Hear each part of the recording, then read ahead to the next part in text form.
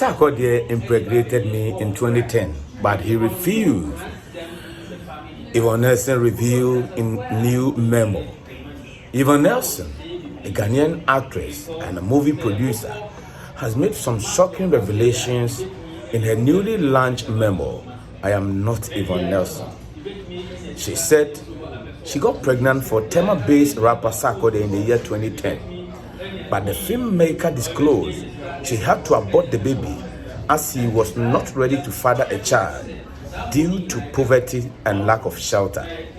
She stated that she had a brief sexual relationship with Sarkodie when he was an up-and-coming rapper with no means of livelihood, living with his mother at the time. When she discovered she was pregnant, she informed him, but the BET winning rapper was not financially ready to take up responsibility. I had gone for a pregnancy test to confirm what becomes the most obvious conclusion for a sexually active young woman who misses her monthly flow. I was in the company of Karen, and when the test results was ready, I wasn't strong enough to open it. She did and declared a verdict. Charlie, it did there, she exclaimed. On an ordinary day, I would have laughed out loud, and that would trigger a string of jolly conversation and jokes.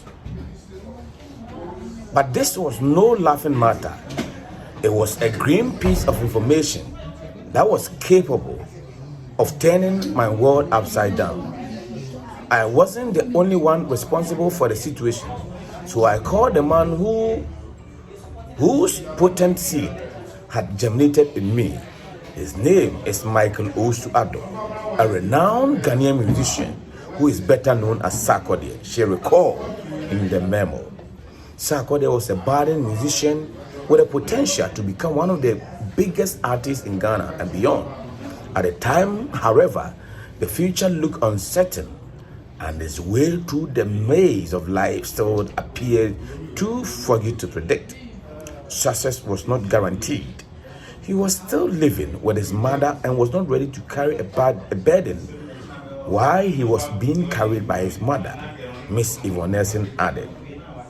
In chapter 8 of her memo, titled Abortion, Yvonne Nelson narrated how she feared for her life the moment Sarkodie told her to abort the baby, and thought about a possible repeat of history if she decided to keep the baby due to how her own father rejected her at birth.